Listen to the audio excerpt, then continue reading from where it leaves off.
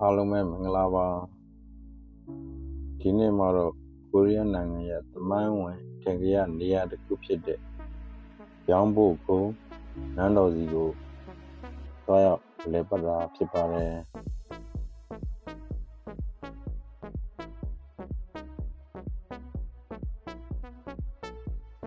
ရောင်းဖို့ကိုနန်းတော်ဟာကြီးမားသောကောင်းချီးမင်္ဂလာကိုခံစားရသောနန်းတော်လို့အဓိပ္ပာယ်ရပါတယ်ဂျွန်ဆွန်မင်းဆက်ရဲ့ပထမဆုံးနဲ့အကြီးဆုံးနန်းတော်ဖြစ်ပြီး1395ခုနှစ်မှာစတင်တည်ဆောက်ခဲ့တာဖြစ်ပါတယ်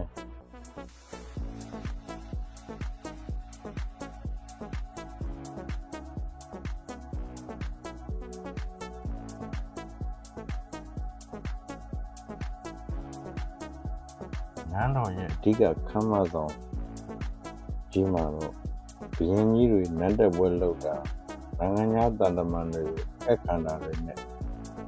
တိုင်းရေးပြည်ရာတွေကိုဆုံးဖြတ်ခဲ့ကြပါတယ်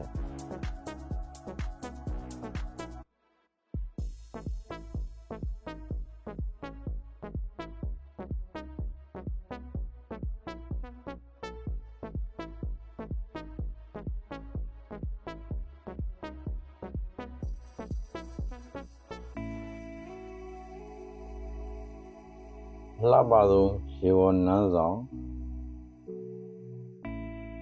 ဒီနန်းဆောင်ဟာဆိုရင်ဖြစ်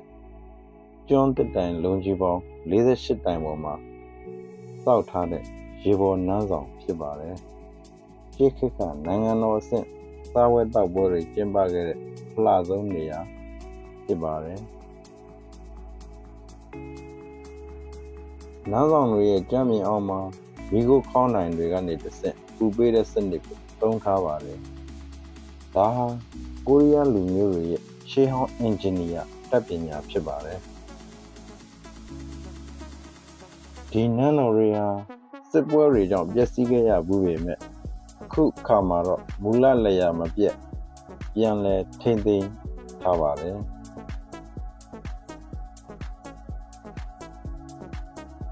ခုခေတ်မှာတော့ကိုရီးယားရိုးရာဝတ်စုံဟန်ဘုတ်ဝတ်ပြီး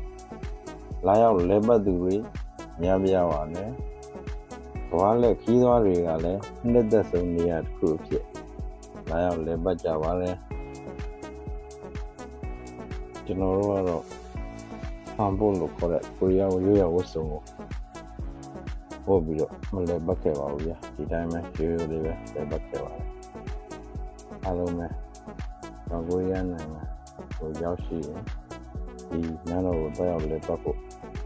ကြံပြီးပါလေဗျာဒီမှာလည်း